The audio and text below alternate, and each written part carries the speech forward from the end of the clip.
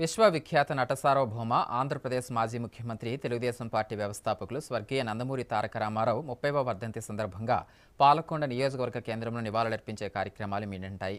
స్థానిక MLA Nimmaka Jayakrishna, Palakonda TDP incharge Padala Bhudevi, Araku parliament అధ్యక్షురాలు మొజూరు తేజోవతి మరియు సీనియర్ నాయకులు పల్లా కొండలరావు తదితర కూటమి నాయకులు ఈ కార్యక్రమంలో పాల్గొని ఎన్టీఆర్కు ఘన నివాళులర్పించారు.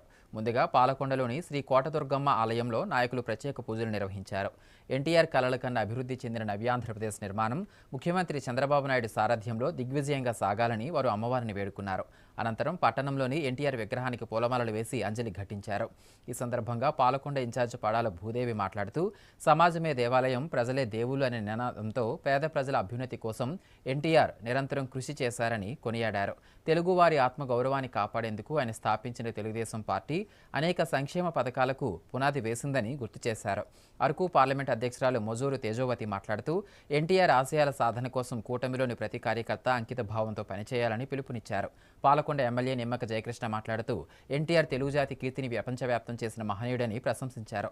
వెండి తెరపైనే కాకుండా రాజకీయాల్లోనూ ప్రజాపక్షపాతిగా ఆయన చెరపలేని ముద్ర వేశారని కొనియాడారు.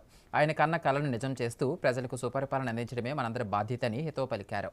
ఈ కార్యక్రమంలో భారీ సంఖ్యలో కూటమి నాయకులు, కార్యకర్తలు, అభిమానులు పాల్గొన్నారు.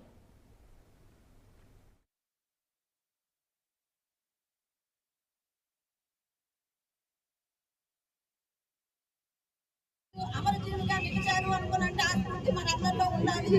మన పార్టీ ఏదైతే కళ్ళ కన్నారో పార్టీ స్థాపించడం జరిగిందో ఆ స్ఫూర్తిలంతా కూడా ప్రజల్లోకి తీసుకెళ్లాలని ప్రతి ఒక్కరు బాధ్యతగా ముందుకు నడవాలని కూడా ప్రభుత్వం ఏదైతే సంక్షేమం అభివృద్ధి రెండు కళ్ళగా తీసుకువెళ్ళినటువంటి ప్రభుత్వం మనది ఉందో ఆ ప్రభుత్వం ఇచ్చినటువంటి ఫలాలు ప్రతి ఒక్క గ్రామానికి, ప్రతి ఒక్క కుటుంబానికి తీసుకువెళ్ళి ముందుకు నడిపించాలని మీ అందరికీ మనస్ఫూర్తిగా కోరుకుంటూ మీ మనిషిగా, మీ అక్క చెల్లెలుగా, మీ సోదరు